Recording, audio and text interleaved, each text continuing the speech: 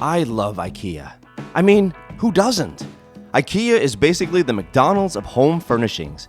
And who doesn't love McDonald's?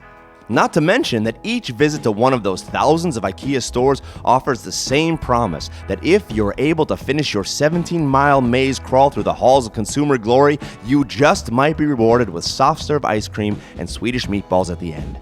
IKEA, what is not to love? Now, whenever I visit IKEA, things start to get real.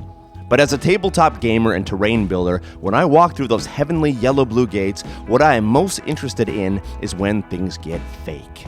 Yes, fake. Not fake, but fake. One thing I appreciate in particular about IKEA is how they lovingly retain the Swedish names of their various products, thereby forcing non-Swedes, which is around 99.87% of the world's population, to bumble their way through the IKEA inventory trying to remember the name of that obscure shelf they saw 3 months ago. Wait, wasn't it Grön Fargen Knutentorp? This might just be one of Ingvar Kamprad's greatest trolls, and he is probably still chuckling away to himself in the grave. But anyway, back to fake. The term fake is what we would call a loan word.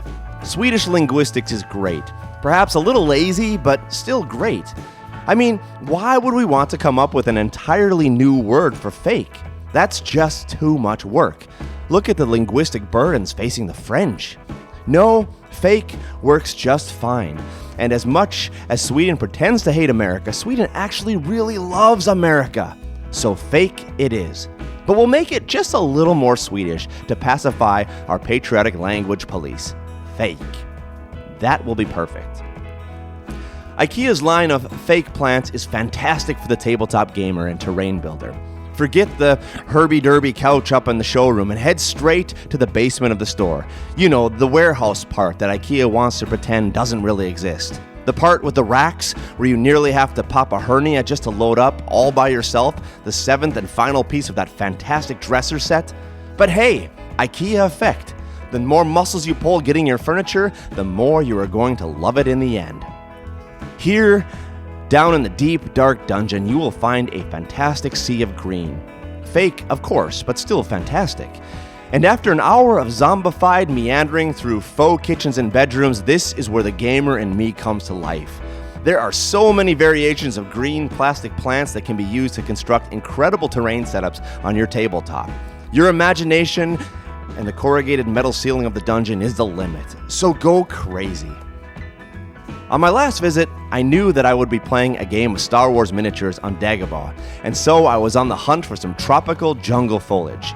And sure enough, I found exactly what I was looking for. This stuff is great. You can cut it up, mix it with other greenery, glue it together into bushes or trees, or just simply throw it down on the table and give your games just a bit more realism, even though, of course, you are attaining this result via the fake.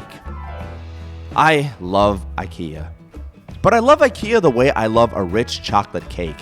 A small piece is great, but if you eat the entire cake in one sitting, you are going to be up all night with a stomach ache and perhaps even a couple of emergency visits to the restroom. Now that I think of it, that's just like McDonald's.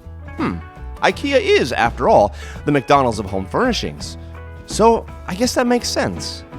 Nevertheless, it will probably be another half year before I make a trip back to IKEA. But that's just fine. I've got plenty of fake stuff to keep me busy in the interim.